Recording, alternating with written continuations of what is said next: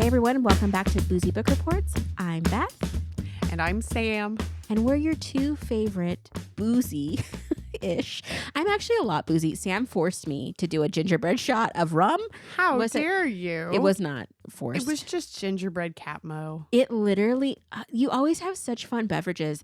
And again, I'm always thinking like, wow, this is so special. And you're like, Beth, you can buy it at the grocery store. So I'm pretty sure we down. did not buy that. I'm pretty sure that was left at my house on It was purpose so by good. another person who did not like it. Oh, I didn't think I was a rum person, but maybe not rum shots all the time, but like it was good. And I really like the gingerbread after effect. You would It was like delicious. Yeah, maybe more spiced rum. Maybe I should do a dark and stormy type thing. Oh, I don't know what that is, but it sounds wonderful. Now I know what I'm going to make for the next one. Okay. Well, I'm just excited. It is the holiday season. We are jingle belling all up in here. And tonight we are looking at a very special sacred story called The Gift of the Magi. Yes. I said that with a question mark. It is. Maybe this is what I read. Maybe that's what I read. It is a very short story, and you can get it for free online, which is exciting. And if you would like it read to you, there are various versions on the YouTubes. So lots of nice readers out there. So By you Mr. O. Henry. Oh, Henry, which I meant to do like research on him, and then I was like, no. But I did find out this was first published in 1905. In a newspaper, and I was like, wow, 1905 was a really long time ago. This is very true. It's like kind of impressive that it's lasted the test of time. I think this is the oldest one we've read.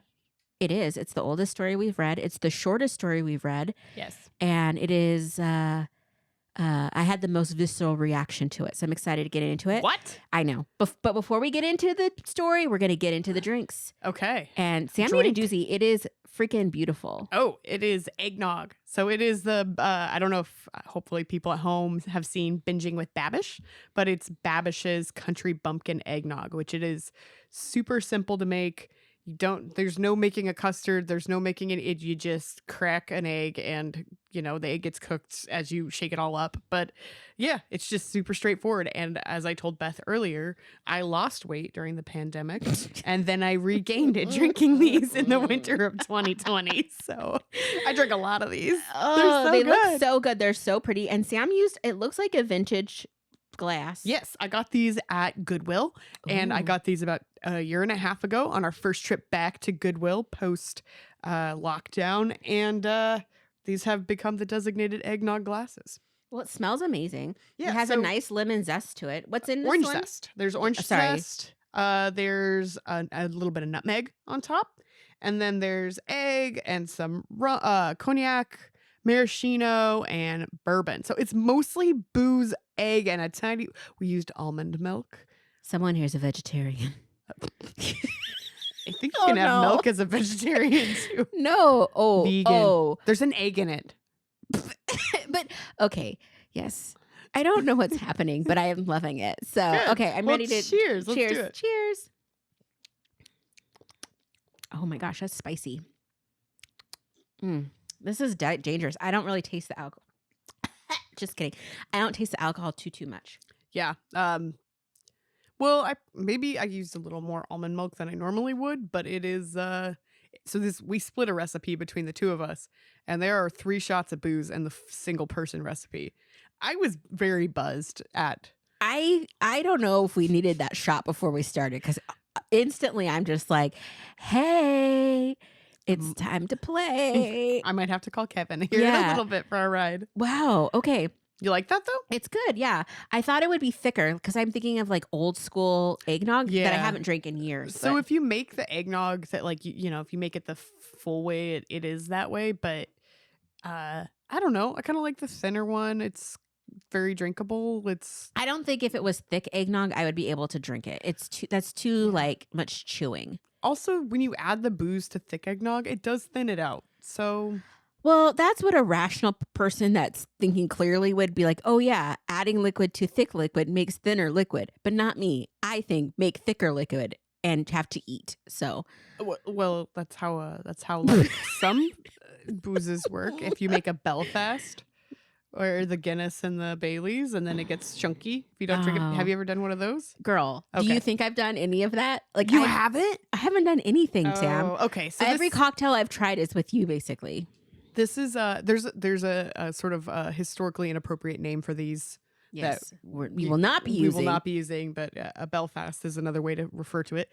And so it's, when you drop a shot of Bailey's into Guinness, they used to have those for $3 in college. And we would go and just drink one of those. And it's like extended release drunk for me. Okay. Like $3, and I would be a gift that keeps on giving. Happy woman the rest of the night and just go dance at Connor O'Neill's in Boulder. Love it. Yeah. I love it. Yeah. Okay, so speaking of love, Christmas season is actually not my favorite holiday. My favorite holiday is the Thanksgiving season. However, this is a very close second. And so in order to prepare for this, I have been definitely trying to be in the Christmas spirit, watching holiday films and let's be real, I just wanted to watch some Hallmark cheesy ass stuff, which was great. But this definitely reminded me of that a little bit. The story of a cheesy Hallmarky. Yeah, if you just make her from the city and him from the country, it is a Hallmark plot. Yeah. Yes. There's actually a Hallmark-ish movie, one of those types. Yeah. I saw it on the YouTube when I was doing some research. It's on there, and it's called The Gift of the Magi, and it's a full-on romantic comedy. Yeah. And I'm just like, okay, maybe I'll watch it. Probably not. But anyway, let's get into the story. So again, please transport your brain to 1905, because that is when the story is set. And the story starts off, the story stars two younger married people, a lady and a man, Della and Della Reese. Oh, that's her name, Della Reese? No, it's just Della. Della Reese. Della Reese, that's a real person, right? Yeah, it's the lady from Touched by an Angel, the older woman. Yeah, okay. Della Reese. Okay. So they are this happy color, and he has a very colorful name. His name is Mr. James Dillingham Young. And it is they discuss his name for a full paragraph, which in a 6-page story tells you how important it is. I don't understand why. Okay. So they set the scene, and this is a poor couple. They're renting out an $8 a week room, which furnished, and it's tiny. They talk about how thin they are constantly because the rooms are so small and they're so slender to pass through the doorways. I was like, cool story, bro. But anyway, it's interesting. So they've set the scene of this young couple. The husband was making $30 a week, and then something happened, and now he's making $20 a week. Which means if it's is it $8 a day for rent? A week over a week. Okay. Yeah. So it's you're above the third. You're supposed to only spend a third of your income on rent. Not anymore. No. Sorry, millennials and Gen Z. Anyway, and so clearly they don't have a ton of money, and she's a stay-at-home wife because that was your option kind of back in the day. Yes, not for, you could have worked. She could have worked. Maybe she wasn't working though. Many women did work. Yes. I think mostly not only wealthy women. Maybe privileged women. Yeah, it didn't work. I think. Yeah. But she could have been a laundress. She could have worked in a factory. Oh, that sounds horrible in 1905. She could have been a seamstress. But she was none of those things. She was definitely a trad wife. Is that how you say it? That's how I say it when I talk about how I'm going to become a trad wife.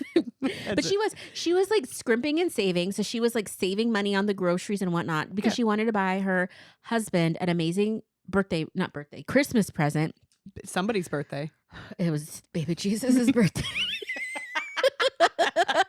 She's going to buy a baby Jesus birthday present for James Dillingham Young, Esquire. Oh, gosh.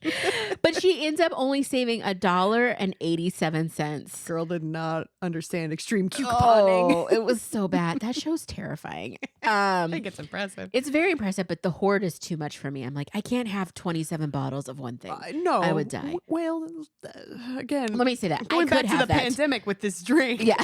52 pounds of flour. I still have use it. a 20-pound bag of rice. I only ate 5.5 pounds of it. And I'm like, at what point do I just say it it's doesn't go bad? Okay. Well, at least that's how my family operated with a very large bag of rice we had for multiple years. Yeah. It's fine. It's fine. Anyway, so homegirl, they literally spend a lot of time just talking about how she's so excited to like buy her husband a gift. And the key thing here is that girlfriend had this long ass hair and she's like touching it and they talk about it and she's like standing before a window and it's like behind her and she's just so beautiful and blah blah blah. It is her glory. Yeah. I mean, good for her. I mean, I haven't had a good hair day in like 15 years. It's very sad. I mean, mine was close to that long You after had the long lockdown. hair. But it was not beautiful. It was gross. And once it touched my leg on the bite. Oh gosh, that's Yeah. when you're like, no. That was when I swore I would cut it off. Yeah, like It no. tickled my knee and I was like, oh hell no. So, James loves her hair. Yeah. James Young loves her hair. And she's a queen to him, which is a lovely sentiment, I guess. But again, they talk about her hair for like 2 pages. And it's very important, which hair's a weird thing in general. Yes. Like, especially like in the Black community, there's this whole notion of good hair. We're not going to go there, but it's like a whole thing and exhausting. And I don't know, there's a lot. We put too much emphasis on hair. And then so much of like the people's hair that we appreciate is like fake anyway. Yeah. And I'm just like, honestly though, like I really wanted to gift myself the gift of like a halo or a weave or extensions or a wig because I have fine hair but I want fine hair. And so I think you have beautiful hair. sounded very like from a foreign country. Oh, like you had a little. the lilt was funny in it. No, but I think your hair is really beautiful. Oh, that's very kind of you. But it's very fine. And so it's like if I want to wear it like straight and like beautiful, I don't have volume. I remember watching like Pantene Pro Vive commercials when I was a kid. And you know how they would shake? I know it's fake, guys. I know. But as a kid, I didn't know that. I Yeah. thought people's hair just came in that thick and luxurious and shiny. And I would just try to make that happen. And then I would end up putting a towel on my head. Did you ever do this? You put the towel on your head and pretend it's long hair. That was me. Oh, I Did you just did it to dry it. Nope. You like put it on and then you let the whole thing just fall behind you. And then you swish it and you maybe put a headband on and now you have long hair. So I actually just did have long hair, and I'll tell you, it was really fine and it was really flat all the time. And every so often I would spend time to like curl it up and then do the thing where you flip it on, and then you spray all the hairspray in and you swish it back and forth to build volume. Very 80s. Very 80s. But it never And lasted. early 90s. The minute I broke a sweat, which was I come from a sweaty family. The minute I broke a sweat, it would just be like, Yeah. and now you're a wet duck. It's like, great. I'm so happy that this is my life now. Yeah. And I smell like hairspray. So Della's very sad in this story because she does not have enough to buy what she wants to buy for her husband. Her husband is a watch fiend. So he has a pocket watch and he loves it. It was like he inherited it from his grandpa or something. And so she wants to buy a chain for the pocket watch, which just again tells you the era that we're in. I would love to see somebody just whip out a pocket watch at work or something and be like, okay. You know, my husband keeps his keys on like a chain that he buys from Hot Topic. Oh my gosh, he's like the Or emo boy Spencer. from the like He is. 90s. Okay, He locked or early himself out of his 2000s. office one time, and ever since he has He's like, like a never. goth chain, and it's like Does with it his hang low? yes. Oh a my little gosh, bit, it that's hangs out. amazing.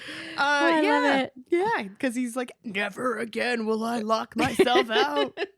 I mean, fair. Yeah. There's nothing more traumatic than having to go to security and be like, can you let me into my office? Yeah, but it looks funny because he's wearing nice pants, not Jinko jeans. It's wrong. It doesn't match. It doesn't quite fit, but you know what? That's fine. He's a beautiful, beautiful independent man. Yes. So this independent, well, somewhat independent. She's not independent. This woman decides to go and she wants more money and she doesn't have very many resources, but she does have long hair. And she goes to this hair lady. Yes. And she pulls a Fantine from Les Mis. And just cuts it off. She like did it in such a traumatic way too, because she just was like, she had like a brown hat on and a brown jacket. They're talking about this, and she runs in there. She's like, just do it. And the lady's like, I'll give you $20. She's like, just do it, just do it. Cuts it, takes the money, runs, because she was gonna be so upset. Yeah, but have you you kind of have to do it that way. If you've had like long hair forever, and especially in my family, it was always, oh, you have such beautiful long hair. I remember I cut it into a bob once in college, and my mom cried. Like she acted like it was not a renewable resource that was going to come back. You know, in a pretty reasonable amount of time. And so I think if you're used to having like long hair and that especially is what you think people like about you, Yeah. then you have to just go in and like say, do it, do it, do it. Because Yeah. if you think about it, then you won't do it. That was like all the pandemic girls that like shaved their heads early pandemic. And there was like the TikTok, like, do it, just do it kind of thing. Yeah. And they did it. We call that the big chop in the Black community. Like, so it's like, oh, you do the big chop to cut off all the Nice. old or whatever. But yeah, hair's a weird, hair has such a weird, like, Connotation. again, I'm not like a social science PhD, but there's some weird crap around hair. Think about like there's like all the sort of traditional conservative groups, right? That, the Gothard people where you had to keep your hair a certain way. Mhm. Hair is in some sense an element of control. You're controlling how these women look. You're saying The you have to, FLDS. the FLDS, you have to keep it really long. You can't cut it. They only have 8 hair, there's biblical hairstyles. things about hair as a woman's glory or Do you remember the year was like 2000 something? And Felicity was the hottest show. And she had this big, beautiful curly hair. This girl, Felicity. I cannot remember the actress's name because your girl's a little tipsy. Keira Knightley? No, Absolutely no. not. Absolutely she's not. in Austin land. Yes. And she was also in the Noxzema girl. No, she wasn't. Yeah, what was her name? I can't Not remember. Kira Sedgwick. It's Nope. a K. It's Kay. Okay, Kirsten Dunst. no, that's I not know. her I either. know. I'm just That's saying. from okay, Bring you, It On. You check. But I'm she gonna says she had do this beautiful, like thick curly hair. And at the end of the first season, she like I remember watching it and like so clear. Carrie Russell. And they show like her kind of sitting anxiously in a chair of a hairdresser and you just hear a clip and then the hair falls down. It's like, oh my gosh, cliffhanger. Season 2 starts. Her hair is so short. Everybody hates it. They're like, the show's ratings decline immensely. It was on the CW and the CW like upper people, they decided like from then on, people literally could not cut their hair without permission. Nobody could do a big chop after that because their ratings fell so significantly. Crazy. She has curly hair though. My sister will tell you not to do that with curly hair too, because my sister also has curly hair, and it she's just yeah. The shrinkage is real. Yeah. But it was a whole thing. So this was a whole thing in the search. So she big chops her hair. When I big chopped mine, the only thing I cared about was that my head wasn't lumpy. Oh yeah. I was like, what if? Oh, I could never. What if I'm Professor Quirrell from Harry Potter? Oh gosh. And secretly there's like a face. Oh gosh, that's terrifying. Yeah. It was fine. Joe, my person Joe said I was fine. Now her hair was not quite that short. It was definitely like we're bob territory. But she's like super excited. She sells her hair and then she runs instantly and goes buys this gold chain for Jim. Yes. Which is what she lovingly calls her husband. And she paid $21 for it. And she ran home with the chain and her 87 cents. And she's so excited. Disaster is about to strike. Yes. As you well know. It has to. It Otherwise, has to. Because why would this be a story? Yeah. The climax is a woman cuts her hair and everything is made better for it. The end. Okay. So the story talks about how she like gets home. She like quiets her mind a little bit. And then she began to think about this everything more reasonably. And she's like, I don't know, trying to just like get her life together. It took her about 40 minutes to collect herself. And then makes me laugh. She's like, with her short hair, she looked wonderfully like a schoolboy. And I was just like, ma'am, that was not the goal. No, she also curls it up, right? She also like does her hair for the first time. At least in I the forgot copy that, I yes. had. She did her hair. She's like, I look like a chorus girl. I look like a schoolboy. Oh, yeah. There's nothing worse than a bad cut. Side note. So sometimes I'm just very impulsive and dumb. And so one day I was getting tired of my hair. And my mom told me the best advice when I was younger. She's like, never cut your hair off when you're around your period because you're not going to necessarily make the best choice. And when I have not followed that instruction, I've made questionable hair choices, both in color, cut, and just processes. So there's this one day I'm just having a rough time. I can't get into my normal stylist. And I'm like, I'm just going to get my hair cut today. I go to like a Precision Cuts, Great Clips, like one of those places you can walk in for a $7 cut. And big, like, honestly, yeah, never give up your normal person who if you have a person that you like enough to go multiple times, they know what they're doing. Yeah.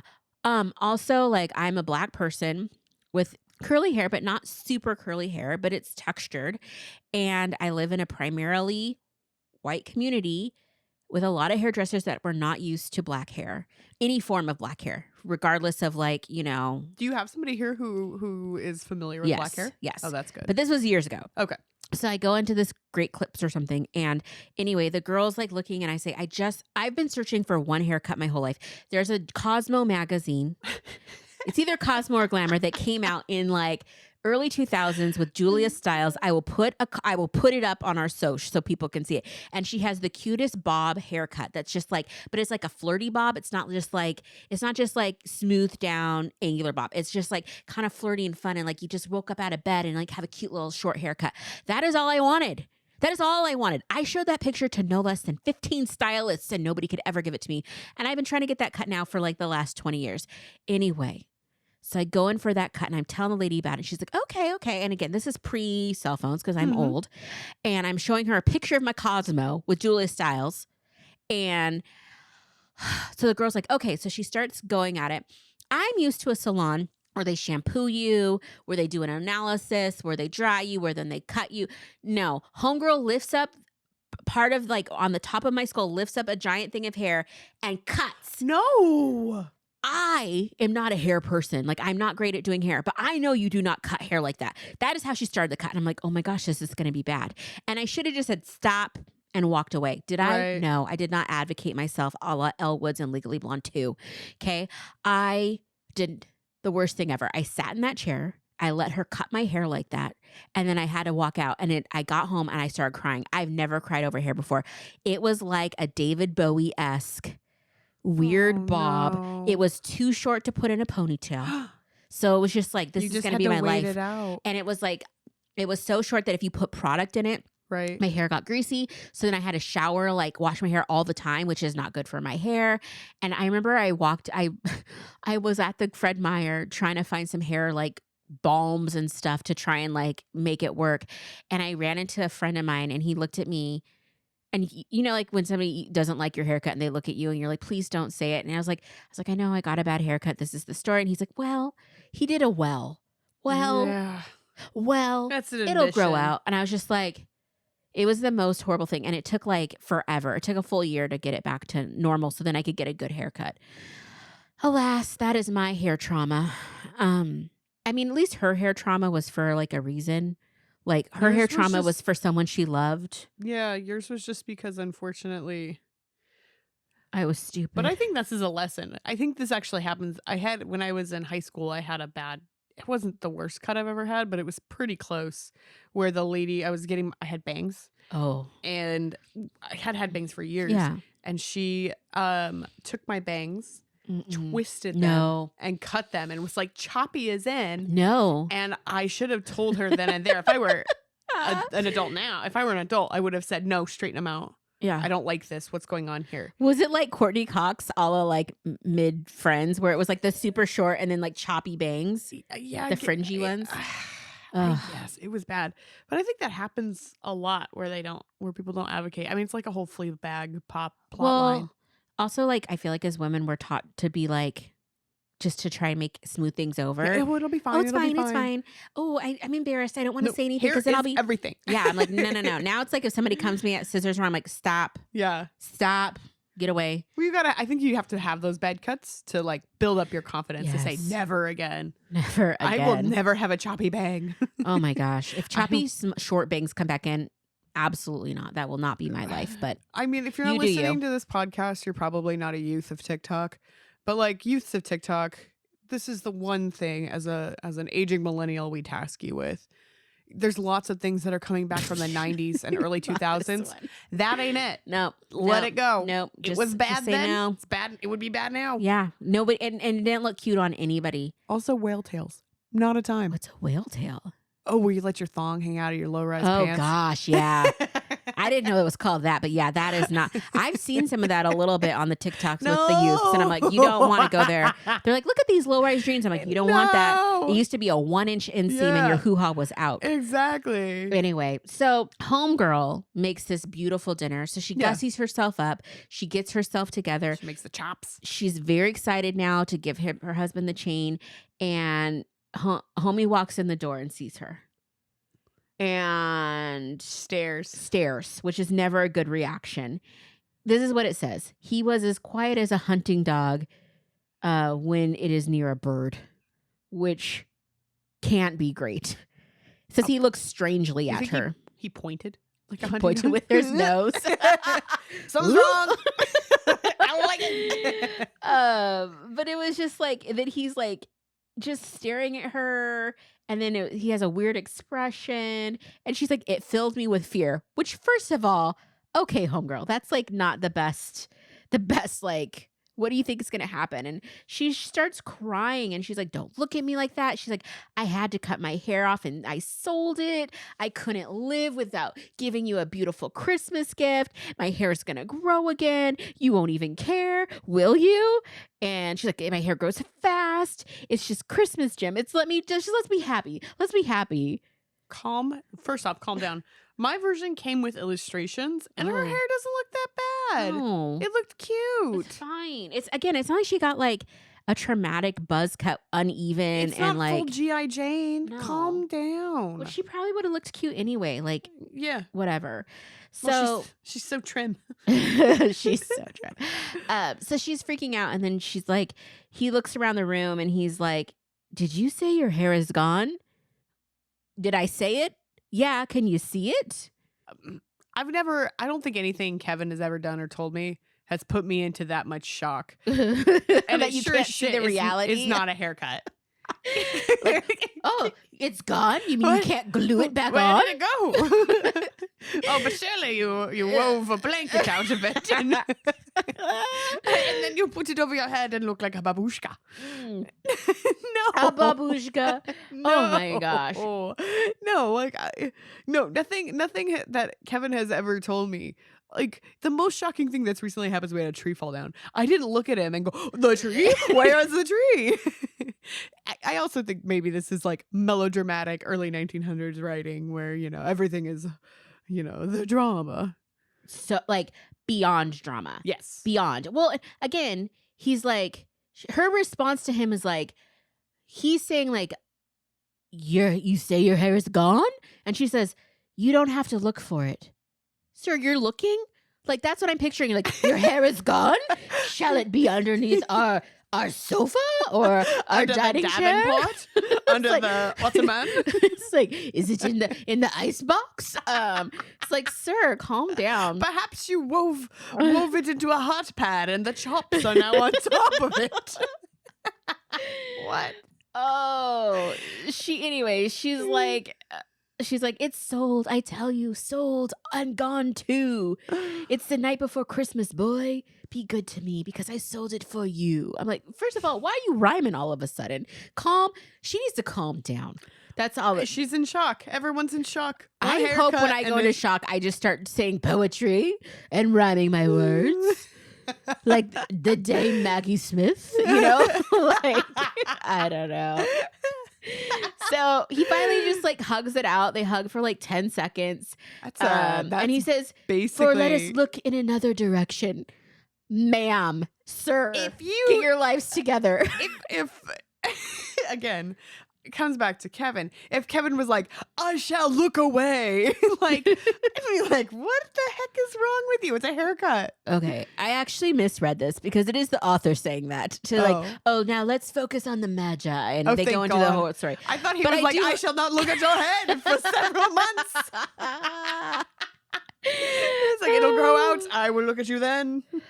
So the author, O. Henry, is saying things of like, he's talking about the Magi and how they bring valuable gifts, but blah, blah, blah. There's meaning to all of this. And here I have lamely related to you the uneventful chronicle of two foolish children in a flat who most unwisely sacrificed for each other the greatest treasures of their house. Yes, because we come to find out Jim gives what's the word? Delareese. Gives Delareese. Which is why Delareese had short hair and touched by an angel. She sold it in 1905. And it's never grew back. But Jim, her lovely husband, bought her some hair clips with jewels for her beautiful hair.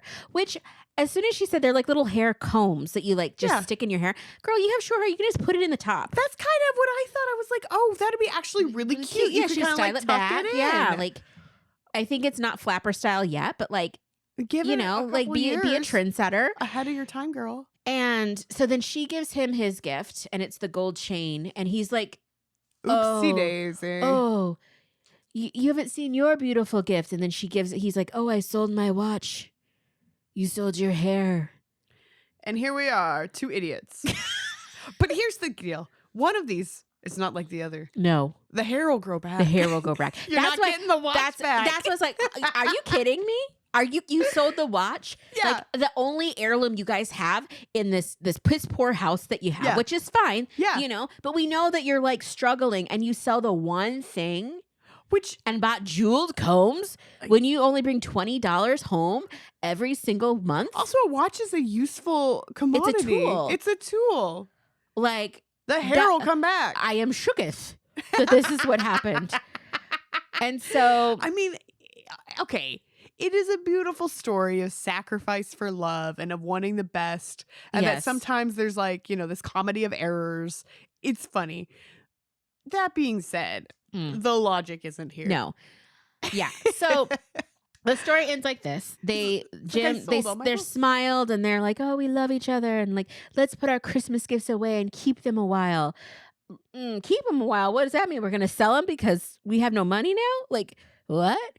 And he's like, and now I think we should have our dinner. And then the author comes up and talks about the wisdom of this story and sacrificing. So what's the next move? Because I think you take the watch chain back, get the money back from the watch chain, go try to get the watch back, and keep the combs. Yes, absolutely. That is the move. Yeah.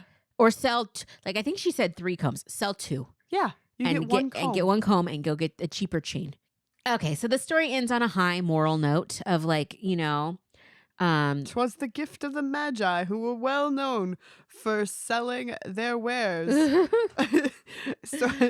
so give them to Jesus. But it turns out Jesus had sold the manger, and so he had nowhere to live anyway. I have to say this. I read this story or heard this story back when I was in elementary school. Yeah, same. For the first time. And I had the same visceral reaction that I had when I reread it. Because it's I remember the story but didn't. And then when I read it, I was like, this is dumb bitch. That was my, these people are idiots. This is the dumbest story. I hate it all. Yeah. And I the wisdom that I got from it was 0. People are stupid and don't think things through. And that was my salty you were take. a 5-year-old or a 10-year-old cynic is what you're very saying. Much so. I was like, are you kidding me? Are you kidding me? I would if my husband would have sold the heirloom watch. Yeah. I would have been like, sir, you are a moron. Yeah. No. Also, for some combs, I mean, let's get her some let's get her some job training. I got you a LinkedIn course for Christmas. No. But I don't know. Sarah.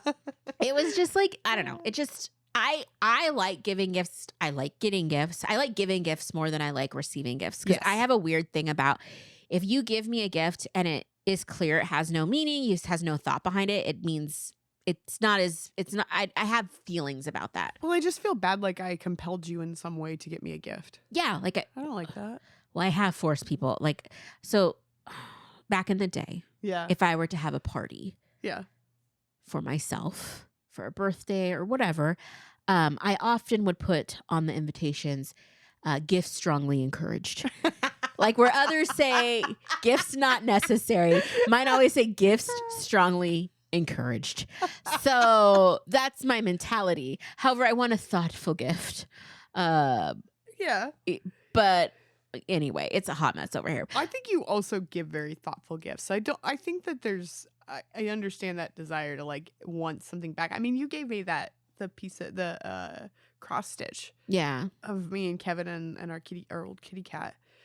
I still think that's one of the coolest things that anybody's ever given us. Oh, that's very sweet. Yeah, I mean, you give very thoughtful, kind gifts. It's, I just finished my Christmas shopping. So we buy for our extended family, aunts, uncles, cousins, all of that for one side of the family. And for years now, I've been the person that like runs that ship. And for a lot of years, our family, there's a discrepancy. Like our family just didn't have as much money of that side of the family.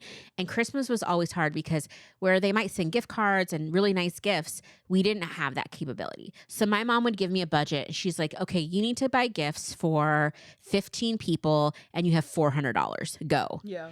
And so I'd have to think about the people and I'd have to like try to dig into their lives and like figure out like, cause sometimes you don't talk to people and you're trying to figure it out. And it was like a whole thing to try and make beautiful, thoughtful gifts. Yeah. It's an optimization problem. Oh, it was crazy. Yeah. But okay, my question to you then is, what is the best gift you've ever given? Like one of the favorite gifts you've given? Ooh, that's a hard question. Oh, I know. I so I was in college and I didn't have a ton of money, but I saved up and I gave my now husband tickets to see the Nuggets versus his favorite basketball team at the time, which was the Cleveland Cavaliers, because it had LeBron, it had Shaq, it was an all-star lineup, and we had nosebleed seats. But I think I know he was super excited about it. And then we also hid them in a puzzle box. Mm-hmm. And so it's Kevin, he's a big old nerd. He got sort of like 2 for the price of 1. So it was a puzzle box, and then I got him these tickets to see the Nuggets when we were in college. And he was super excited. Also, it sort of mixed 2 of my favorite things, which is we give each other, my family's really bad about giving gifts in obnoxious ways, that you like take the largest box you have and tape your sister's Dolly Parton CD into it. Love it. And so, because my dad is super good at guessing what's in the box. And so, yeah, I got to give it to him in like a fun way, and I got to give it to him. Oh, so cool. I think the Nuggets tickets were like the coolest thing. Lots of gifts are coming to my head. Okay, I didn't mean it like that. I have given so many amazing gifts. But I worked with students for a really long time Yeah. with a youth group. And so I would do special things, and I would just try to make I always looked at myself as a memory maker and someone trying to like create moments and memories. And this was 2019. It's peak beauty industry like time. Yeah. And like the Shane Dawson, Jeffree Star like YouTube series is going off. It's like everybody's obsessed with it. And I was like, oh my gosh, I'm going to try and get some of the palettes and stuff. And so when the launch day came, I actually like was online, and in the craziness of it all, I ended up getting like a couple, I think I got 3 palettes. Don't come for me. I got so much crap because I just kept buying wherever I could. And then it all started checking out at the same time. I was like, oh my gosh. And then when it was all done, I remember walking into my coworker's office because I was using my work Wi-Fi because it was so much faster. And literally I was like, I just spent like $487 on influencer makeup. Like, what am I doing? Yeah. But I had an extra palette. And so one of my youth group girls, she was super bummed because she couldn't get it. And she had been watching the series and was like obsessed. And so I asked her to come to the church one night to just, not night, like creepy, but like it was nighttime because it was winter. So it was 4 o'clock or something. Yeah. I had a meeting there. And I was like, hey, before my meeting, can you come help me just clean up the youth group room and blah, blah, blah. And she's like, yeah, no problem.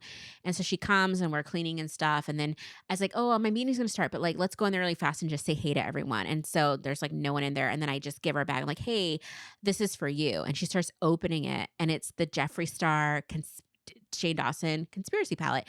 And like, she was just so excited and like so shocked. She's like, "Is this why you invited me here?" I was like, "Yeah." So it was just so fun to like make that happen. So that was probably one of the coolest gifts I've done recently. I think it's neat when you can. That's like the best is when you meet somebody's. I'm with you. I don't like it when I get a gift that's like obviously somebody phoned it in or they didn't know what to get me. Here's an Olive Garden, Olive Garden card. It's Sorry. an Olive Garden thing. Sam fed me too much alcohol. Yeah, exactly. Here's your gift card. Here's your gift card to the Olive to Garden. the Red Lobster, you vegan. Yeah, exactly. Like, okay, I'll just buy $50 worth of Cheddar Bay biscuits. But I think it's like that's my favorite is when you can like meet a need and also give somebody something that like they want or like they didn't think about. I got my sister-in-law one time these they're she does a lot of makeup. They're not the best makeup brushes, but they were Harry Potter wand makeup brushes that I found at Fuego. And they were so cool. And I told her, I was like, I know these are not the best makeup brushes. I know you have high standards for makeup brushes. Yeah. Like, I get that. But also, they were wands and she loves Harry Potter. And she was like, no, it's like two of my favorite things in one. And I was like, yes, that's great. That's great. So I think that's the like best. super cool. My brother-in-law, I really like shopping for my brother-in-law because he has sort of similar I would say culinary tastes to me, and so sometimes like I get him things. He always gets me like super cool kitchen gadgets, and I always try to get him like food kits or something like that, especially now that he's kind of living in a more rural area. He used to live in DC and he could like eat at cool restaurants all the time, and so now I try to give him things that are like of that nature. But yeah, I got him, it wasn't for Christmas, but it was for, I think it was just a kind of for the hell of it gift. We got him a subscription to one of the Japanese snack boxes. Oh gosh. And so he was like, I haven't had like these snacks in so long. This is so nice. So I think I like giving consumables. I think some of my favorite gifts, I have to say other group of favorite gifts I gave was during all of the lockdowns in 2020. I spent a lot of time learning how to can, and I had a garden, and so I would just can stuff for my garden, and I sent out. I like basically everybody got this heavy ass flat pack USPS box of like jams and jellies, and I did blueberry, cherry, apple butter. I did pickles, I did hot peppers, I did salsa. I learned how to like water bath and pressure can that year. So everybody just got like a shit heap of cans and canned goods. And it was like a whole year's worth of basically of labor. Yeah. Like or a half year. It Yeah. was like basically June onwards. I had been canning whenever something would come into season. So it was like really cool at the end to like grab everything and be like, yeah, I actually worked on your presents for a year. I've done that with crochet because I like to crochet sometimes. Yeah. My fixation is off right now. One of my family members had like requested a blanket for Christmas this year, a crochet blanket. I started it last year. It is not even close. I had to go out and buy gifts because I was like, oh, it's not happening. But some of my favorite gifts, like, and I'm not a great like crocheter by any means. I'm still a novice in many respects, but like, you know, I've made lots of baby blankets for friends, and I've made lots of just like, and the most ambitious one so far was this giant wedding blanket. And my cousin, she got married, and she's like a Georgia girl, like, I don't know the college, but the Bulldog one, Georgia, you know, I think I it's don't know. University of Georgia. There we go. Yeah. I don't do that, guys. I don't do sports. I don't do universities. The sports ball. But and so their colors were red and black and white. And so I made this blanket, and it was kind of just free done with different stitches, and it came out pretty cool. Like, I mean, was it perfect? Absolutely not. But it was so fun to make and be able to give, and like, just like all the time working on it and then thinking about them, and I don't know, it was really nice. So we kind of talked about this in the last episode, or 2 episodes ago. But when you like are making something for somebody, it is like a meditation on them. Yeah, and you very think much about like, oh yeah, I care about this person. So every year I make my brother. Well, this will be a spoiler. It's actually not a spoiler. He has to know it's coming. I make him hot sauce. Oh, nice. And so usually with peppers I grew or that I get from my friend that they grew. and that like this year I gave her some of the starts, so like it's sort of like they're all my babies in some sense. But yeah, I make them hot sauces, and Oh, so it's like a whole year of like when I'm out there tending them, like, oh, these are going to be good hot sauces for Keith. that's These are so going to be good cool. for Keith. So Oh, yeah, that's so much love. I have one more I need to share because it popped into my head. yeah. So my grandpa turned 100 and he's going to turn 105 in 2023. But like 2 years ago when he turned 103, I wanted to do something special because it was peak pandemic. He'd been in his house like for a whole year, not seeing people or traveling or anything.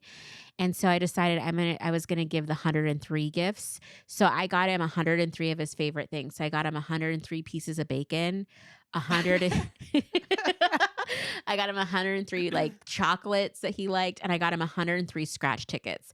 And then I took it to him and I stood in the doorway while he like opened and whatever. But the scratch tickets, like, we talk about sacrifice in this story. Okay, this isn't a true sacrifice, but I did sacrifice a little bit of my pride because the looks I was getting as I had to go to Yes. store to store to store in order to buy 103 scratch tickets. And a lot of them, they only sell them like, do one at a time. So I was like, okay, I'll do 40 at this store. People just look at me like I was like you had a problem. like I had a serious, and I went like, these are for my grandpa. He's 103. I'm like shouting it at the Albertsons. They're like, we this don't is care, not, lady. This is not for me. Justify it how you will, lady. We It's don't like, it's care. you. It's you. You have the problem. Oh, and I got him 103 ounces of his favorite wine. Did he? I want to know. Did he get anything from the scratchers? He only made like $10 or something. It would be very cool if he got $103. Oh my gosh, it would have been amazing. But I think he made like, not even close to what was, spent. I know that this sounds silly, but when ever so often for Christmas, my mom will get us scratchers in our as a stocking stuffer. I love it. I love scratchers for Christmas. I think fun. that is the only time of year I buy scratchers, and it's just like, I love that's like family. Here's $20 in scratchers. Merry Christmas. And people will sit there. My mom got special coins for everyone to like scratch with. So we'll sit there in dead silence, all just scratching our tickets on Christmas morning. Like super fun because then you're like, oh, did you get anything? Yeah. And it kind of becomes a competition. Kev's family. Oh, this. Okay. So Kev's family are really intense and they're very competitive. I love them dearly, but they're very competitive and they love to play games and they love to do this stuff. So every year, my father-in-law has these like mazes that you have to finish the maze to get the gift card that's inside. Yeah. So that's fine. That's like not that weird. So for a long time we would just have like a race and see who can get out of it first. And at this point they've been reused, so you kind of know the pattern, like, how to do it.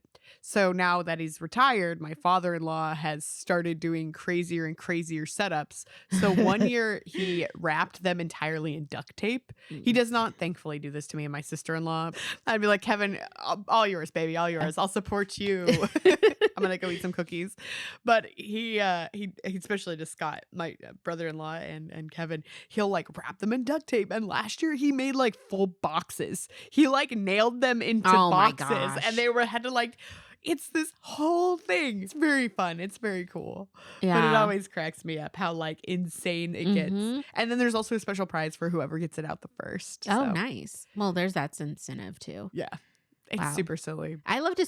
There's a lot of TikTok people that like will do like where they have like these long, huge screws with like 1,000 nuts on them that you have to do. I just think, okay, it is annoying, but the thought that because the person had to put that on. Oh, my father-in-law lives for this shit. Yeah, he loves it so much. Yeah, and just like it's actually more fun to watch him than it is to watch my brother-in-law cuss at a duct tape wrapped box. But it's so fun to watch my father-in-law because he's like a kid. He's just like so excited. He's put so much thought into like, how am I going to foil these children? And like, he's like, got him. So funny. It's super cool. I actually really like it. Except when I'm on the receiving end, and then I'm like, okay, I'm not very good at this. No. It takes me sometimes an embarrassingly long amount of time to do it. When we were kids, my mom sometimes, not me, but my little brother, she would do, okay, I didn't mean it like that, but a little bit, only slightly bitter. She would do scavenger hunts for his birthdays and stuff. So it's like to find your gifts, you'd have to like run around the whole house. And that's actually something I would do with my youth group actually at Easter to get their Easter candy and stuff. They had to do this elaborate, and it was so freaking corny.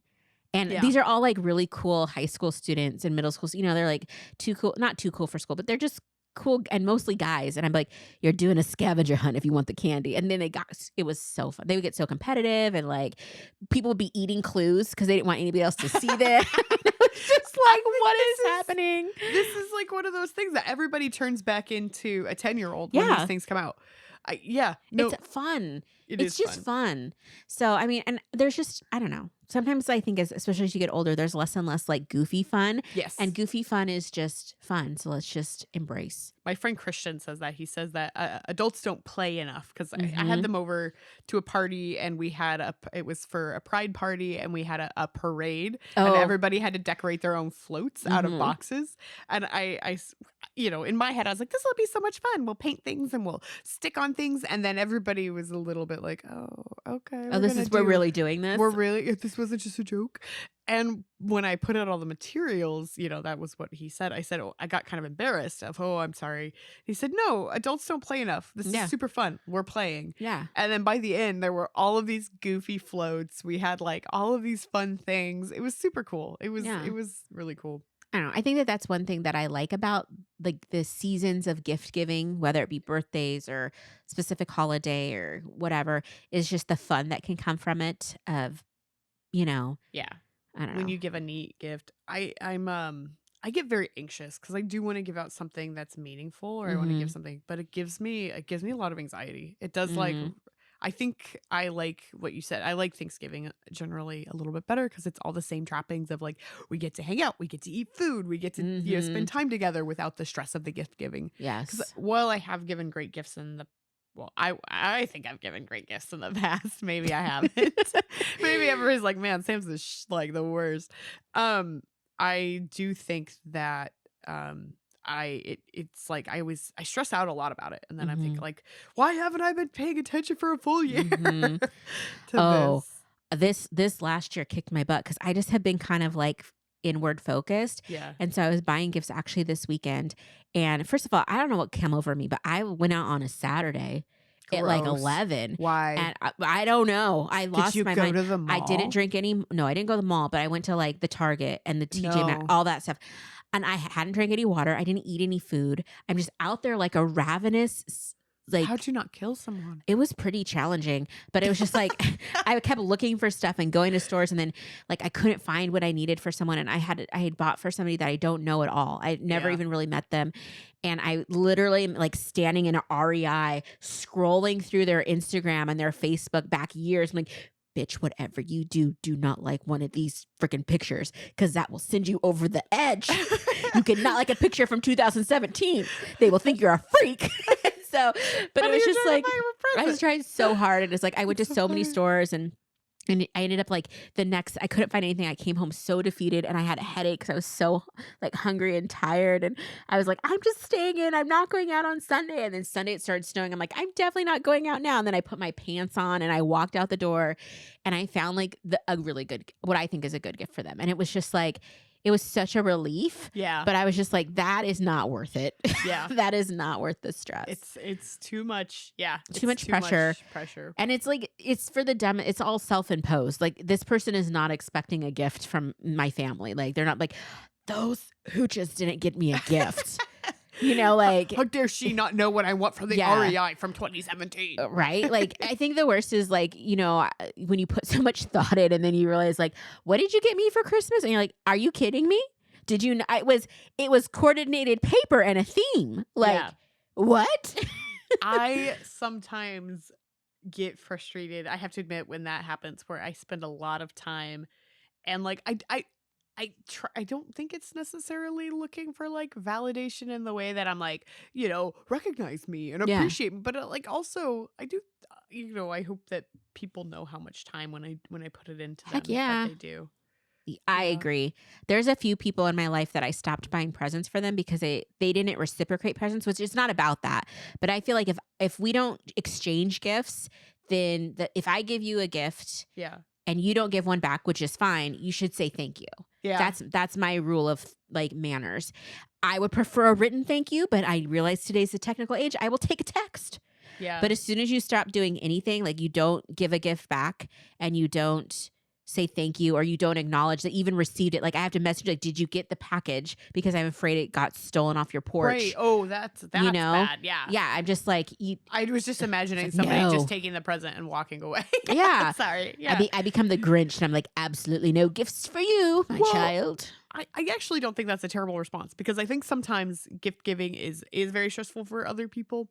And so you should acknowledge when you get a gift. Yeah. Like that's ludicrous. But and not just stare off into a direction. Right. But I think that if that's not to invoke the extremely chuggy love languages, but if that's not the way you show appreciation, or the way that it's shown to that if receiving or giving gifts isn't the way you get or give appreciation, then it could just be like an added point of anxiety. Yes. And I don't want to do that to you either. So that's fine. Yeah. We don't need to do presents. No. We don't present. You can just say, oh, let's not exchange gifts. I'm like, cool. I'll take you off my list. I got too much going on anyway. Okay, that was very aggressive. My sister and I actually, like, if we find each other's, my sister loves giving gifts. If we don't, though, we've gotten to the point where now that we're adults, if we don't find something that we really like, we'd rather just save our money and go do something together. Yeah, and for sure. That's more experience. We have plans to go to Dollywood. Oh, so now nice. it is out in the ether. Oh, very cool. Yeah. So, what are your final feelings on this lovely tale by O. Henry? What would you rate, or what was your final feelings, and what would you rate this masterpiece? John Dibblewibble Youngsworth the Third, yes, Esquire, is an idiot. Yeah, and Della Reese, she'll be fine. Yeah, Della Reese will grow her hair back, and it'll be fine. And she'll have beautiful clips or combs to go in them. Exactly, yeah. Little butterfly clips. Yeah, very nice. Let's bring it back. Oh, twisties! That was a Halloween costume at the Party City this year. You could buy butterfly clips and go as 90s. You got a flip phone and one of those choker plastic necklaces. You know, the ones the tattoo ones. Yes, that was a costume. You are old. Some words are coming to my mind. Yeah. You. Yeah. You mean in my 7th grade picture? Oh my God. Yeah. We're now the joke. Yeah. Okay. This is how everybody felt when I wore 70s shit. Yes. Yeah. Okay. Yeah, I think that it's I think the idea of sacrificing for a loved one and giving up your most prized possession because you want to do something nice for another person is fine. This story is ham-fisted as hell. Mm-hmm. Yeah. 8-year-old me is like, absolutely not. Absolutely not. Which, that's funny because I do think of you as a very kind and generous person. Yeah, but I would never. Like, if you were like, Beth, sell your cat for telly. I was going to say, sell for telly. I would just be like, bitch, are you kidding me? Like, I don't love you at all if you ask me to sell my cat. Yeah. But that's what I feel like. I feel like that's not, I mean, I get the sacrifice, but I think that sometimes. Neither of them asked the other to do it. They were both trying to be nice, and then they both ended up. Which, okay, I get the beauty of that, but it's just like, yeah, you sacrifice something that you didn't have to. And you could have done a different sacrifice, and you could have. When Kevin like, what's going to happen in like a year from now? Yeah. And he's resentful that he doesn't have his grandfather's pocket watch. Yeah. And he's taking it out on you and calling you ugly, and he sells your hair clips and then takes up with the mistress. It went very dark. The longest haired mistress. No, I kind of see that. Like, we've had Kevin and I have had some lean years where, especially when we were late college, early grad school. I was pretty broke. And so we would usually just decide to do something else. Yeah. We're going to spend a day together. We're going to order Pizza Hut. I mean, we're trash pandas, but I'm sorry, Pizza Hut's classy pizza. If you sold me Little Caesars, I'd be like, right there with you. That's trash panda food. I have nothing against a hot and ready. Yeah. It's delicious. It's delicious. Especially after Frisbee. Oh my gosh. So good. Kevin just I showed almost up bought one tonight, honestly. Really? But then I was like, don't show Sam your true colors. You were eating cheese melted on crackers when I got here. It was so trash. I was like, that looks good. Sam walks in the door and I'm like, I had literally just taken some fancy crackers I'd gotten on sale and put some shredded cheese and melted it. No seasoning, and just been eating that as my dinner. My favorite part was that you announced it like it's a thing. I'm just eating cheesy crackers. I was like, all right, cool. I had trash enchiladas where I took everything and put it in chili That's a real sauce meal, though. and threw it in the oven. No, I thought it was funny. I did offer her some, but she You was did. like, "Ma'am." I did not say that. I was like, I've already eaten trash no, enchiladas. I know that you would. I would absolutely eat melted those, cheese on yeah. a cracker. Yeah. I'm not above that. I I ate know. 3 of your like Dove chocolates today, just like coming in your office. Yeah, I just think that there's other ways to show love and appreciation. Now, that's the way that I think, that way that Yeah. I feel about getting and receiving love. I would much rather not panic about buying a present and would rather just spend time with you. Yeah. Yeah. So as you're saying this, I'm thinking about how much he loved her hair, and the fact that she cut off the thing that he loved most about Is her. it selfish? She cut off the thing that he loved the most about her so that she could have the pleasure of giving him a gift because she wanted to give him a gift. Yeah.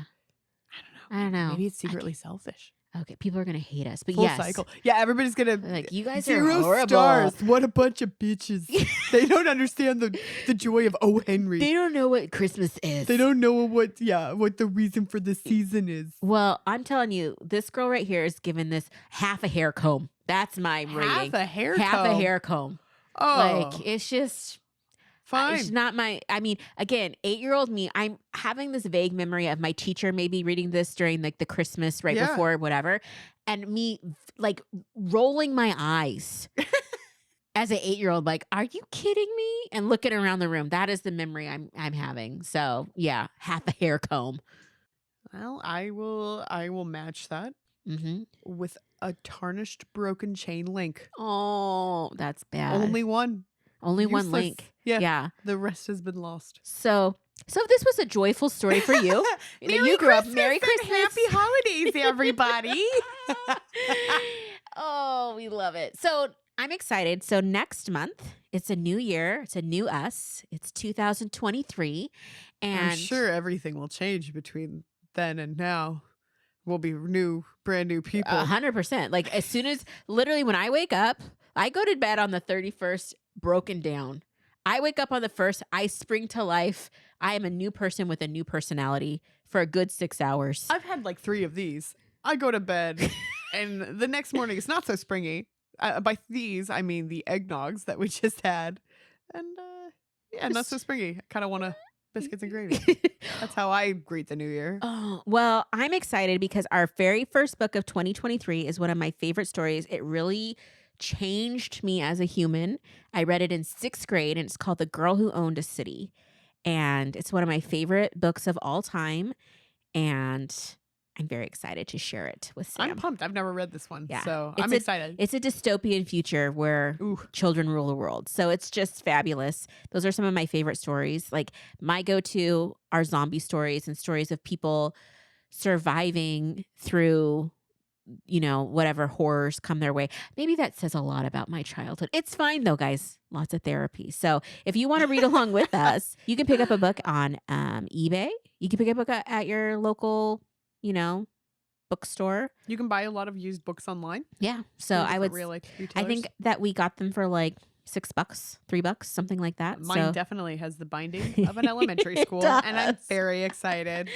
I was like, oh yeah, I remember this in the library. So yeah, I'm very excited. I'm excited for a new year, but I'm most excited that Christmas is right around the corner. I'm excited for more eggnog. I'm excited for getting some gifts, for giving some gifts, for not having to cut my hair off. That's true. And Thankful for that. Well, I already cut it off. There's not much left to give. it's time for your buzz cut. Oh, G.I. Jane. Call me Demi Moore. It's going to be so good. Wow. Anyway, Happy holidays, Beth. happy holidays. Merry Christmas. Merry Christmas. Love you.